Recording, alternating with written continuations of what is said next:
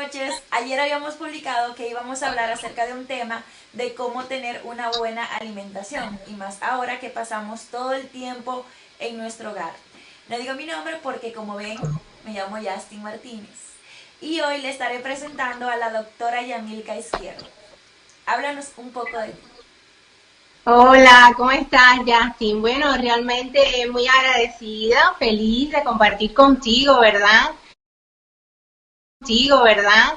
Y de brindarle a la gente, bueno, un poquito de información, porque realmente... Hola, buenas noches. Ayer habíamos publicado que íbamos a hablar acerca de un tema de cómo tener una buena alimentación y más ahora que pasamos todo el tiempo en nuestro hogar.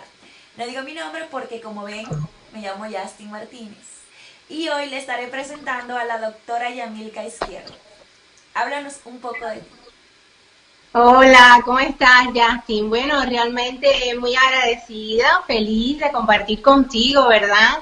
Y de brindarle a la gente, bueno, un poquito de información, porque realmente no siempre se tiene sobre este tema toda la información necesaria. Las personas que no me conocen, mi nombre es Yamilka Izquierdo, soy médico de profesión, aunque no estoy ejerciendo, y todo este apasionamiento, ¿no?, por el tema de la nutrición, pues me viene por problemas personales de índole con relación al peso, ¿verdad? Tuve durante toda mi vida problemas con el peso, estuve en los dos extremos, ya fui muy gorda y fui muy flaca. Y cuando aparecieron pues ya problemas médicos relacionados con la digestión y con síntomas intestinales, bueno, pues ya sí me di a la tarea de buscar información porque realmente me di cuenta que algo no estaba bien, ¿no? Y comencé a investigar y comencé a apasionarme y cada día, bueno, pues estoy más apasionada con este tema de la nutrición. Qué bueno, qué bueno. Háblanos acerca de cómo podemos tener una buena alimentación. Mira, eso siempre digo, no lo dije al inicio, pero soy la creadora del movimiento de Cerebro Valioso. Es un movimiento donde enseño básicamente a las mujeres. ¿Por qué a las mujeres? Porque la mujer es la que rige la alimentación del hogar, ¿verdad? Generalmente somos las que alimentamos a la familia. Yo creo que generalmente somos las que tenemos más problemas con el peso y con la alimentación. Y en este movimiento, pues yo enseño que más que una alimentación saludable, debemos tener una alimentación inteligente. ¿Cuál es la alimentación inteligente? Bueno, es la alimentación donde tú conoces los diferentes grupos alimentarios que existen, porque generalmente la gente no sabe cuáles son los carbohidratos, cuáles son las grasas, cuáles son las proteínas, cuáles son buenas, cuáles no, y busques esa alimentación adecuada para ti, dependiendo de tus necesidades, porque la alimentación es muy particular. Lo que para ti puede ser bueno puede no ser bueno para otra persona.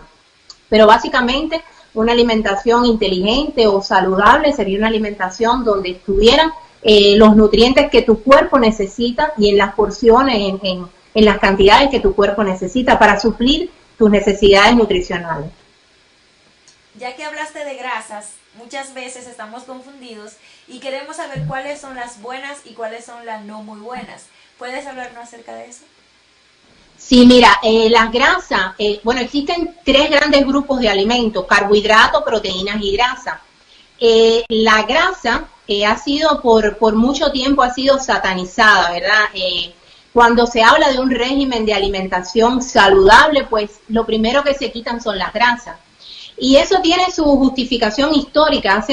Hace algún tiempo en los Estados Unidos, una entidad de la nutrición en aquel tiempo hizo un estudio clínico donde se llegó a la hipótesis de que determinada cantidad de personas había un aumento, ¿verdad?, de enfermedades cardíacas, de enfermedades cerebrovasculares, y cuando se hizo un estudio clínico, pues se determinó bajo hipótesis que esas personas tenían esas enfermedades por el alto consumo de grasa que tenían, ¿no?, que tenían en sangre por el alto consumo de grasa.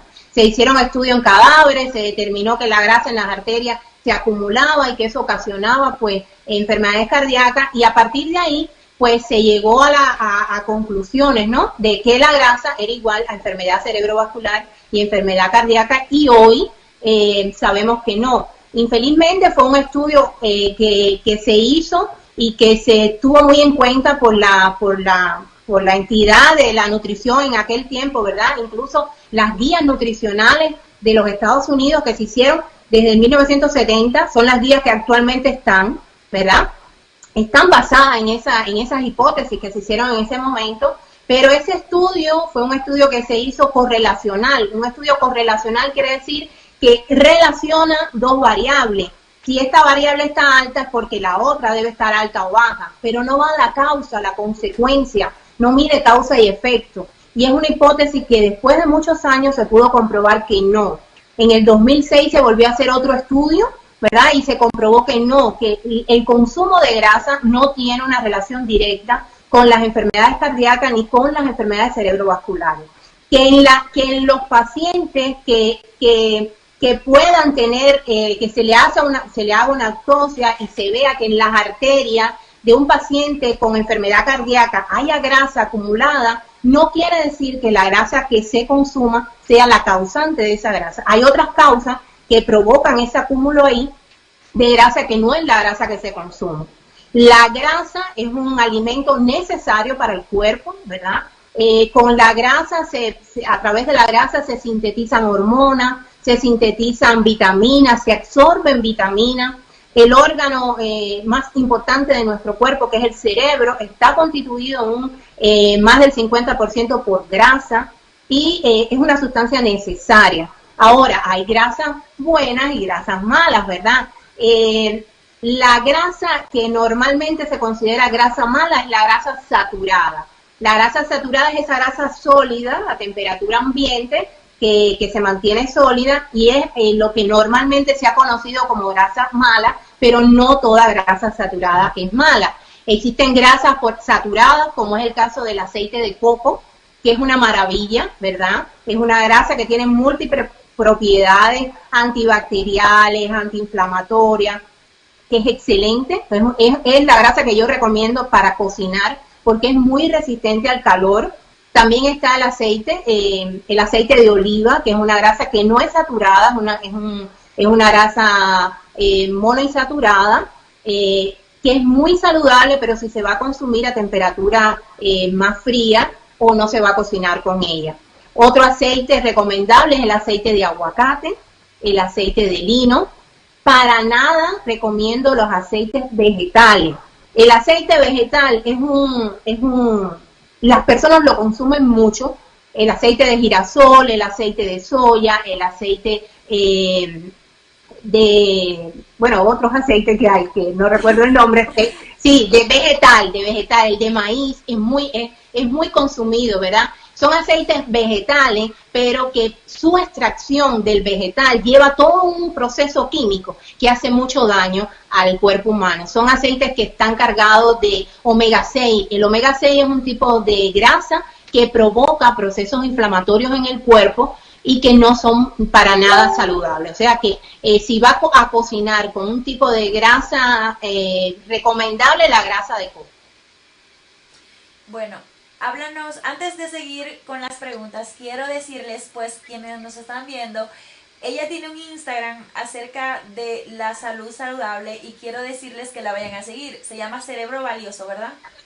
Sí, Cerebro Valioso. Así estoy en Instagram y en Facebook tengo una página que estoy como @yamilka1972, que es mi página donde pongo toda esta información.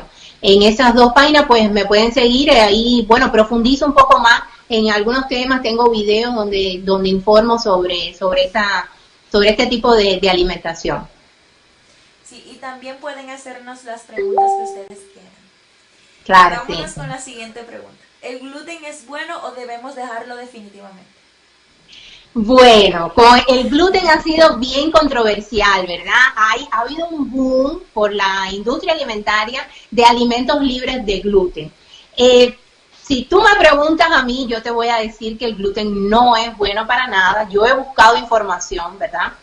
Hay varias teorías, ¿verdad? Hay profesionales de la salud incluso que dicen que el gluten no es malo si tú no tienes si no eres celíaco. La enfermedad celíaca es la máxima expresión de la intolerancia al gluten, ¿verdad? Pero hay un gran por ciento, si revisan la información de forma científica, ¿verdad? Se pueden dar cuenta que hay un gran por ciento de la población que es sensible al gluten y está asintomático, o sea, no lo sabe, no sabe que los síntomas que tiene son precisamente por esa sensibilidad al gluten. Era mi caso. Yo no soy celíaca, no soy intolerante, pero durante toda mi vida presenté síntomas que no sabía que era por ser sensible al gluten. Una vez que lo comprobé, bueno, y eliminé el gluten de mi vida, pues todos mis síntomas mejoraron.